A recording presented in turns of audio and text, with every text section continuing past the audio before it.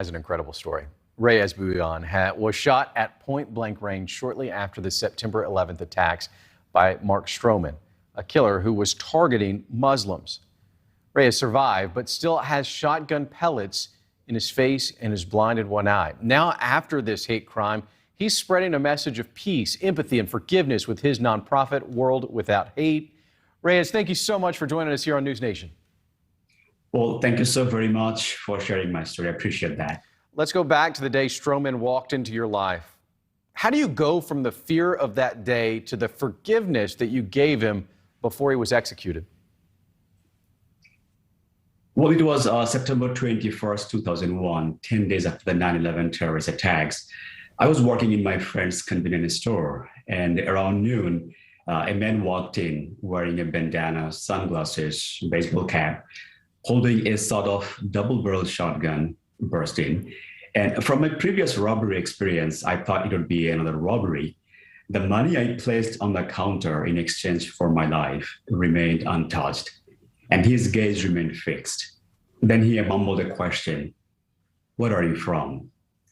And before I could say anything more than, "Excuse me," he pulled the trigger from point blank range, left me for dead on my own pool of blood on a cold concrete convenience store floor.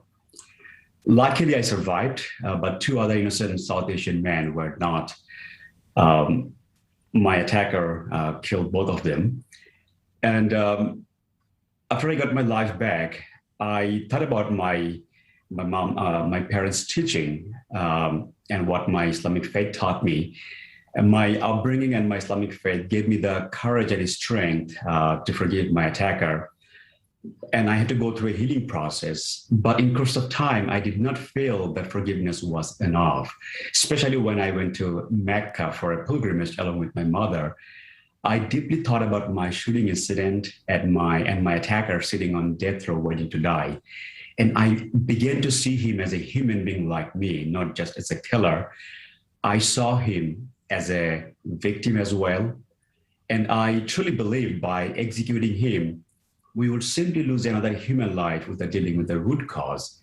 I suffered terribly, but did not see any value in him suffering as well. And I remember how I felt being on the brink of death and pleading to God for a second chance. How could I then deprive another human being of life?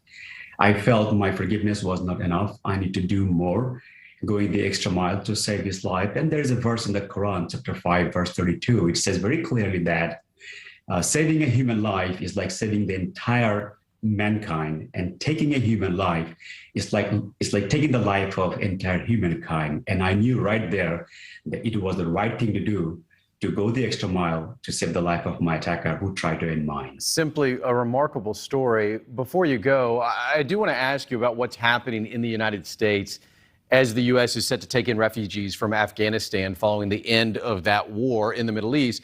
In your opinion, what is the state of race relations with the story you just told us? Where are we at now here in the United States? Well,